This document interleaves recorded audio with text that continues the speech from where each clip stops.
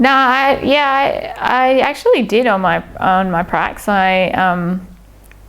I think one of the biggest things, like especially in healthcare, is time, and it just depends how much time you have with someone, and because like sometimes the point of inserting just like one comment in a tea room is like just not that helpful. Like, you know what I mean? It's like, even if, you know, someone brings up a topic and you think, oh, this is a great time for me to put in my view, but they just kind of, it's just like a passing comment that you can't even explain or you can't even get down to, then it's kind of, it's not there's no point, but it's kind of, I guess, yeah, you need to have time to be able to like explain why you think the way that you think, why it's different, rather than just being like, oh no, I don't agree, but then, oh, they're off to go see someone, and you're off to see someone, and they just leave thinking that, oh, you just don't agree, like, or whatever it is.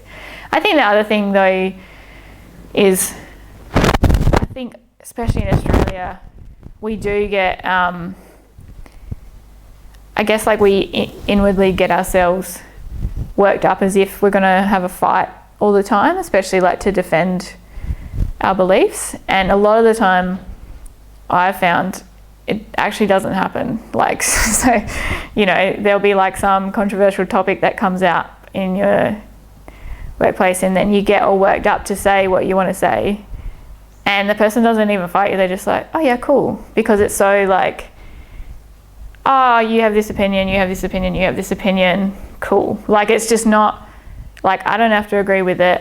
But I think like that's the way our culture kind of is at the moment. It's just, instead of being like, oh no, I'm just going to persecute you right now and just like hammer why, you know, that's a ridiculous, like old school something, you know, they're now just like, oh cool, you believe this, oh so-and-so over here thinks that, you know, let's all go to a Buddhist retreat. Oh great, that's so nice for you guys. And then that person just walks off and you're like, oh, like it's, I feel like it's harder in that way to then try and convince people, because they do, like, I've talked to heaps of people in my workplace about like, yeah, different things from like, yeah, going overseas to like church every week to, yeah, what my church does, like what we do there. Like they ask like what happens, but then they just get to the end and it's just like, oh yeah, cool, like that's great. Like, have a good time. And you're like, okay.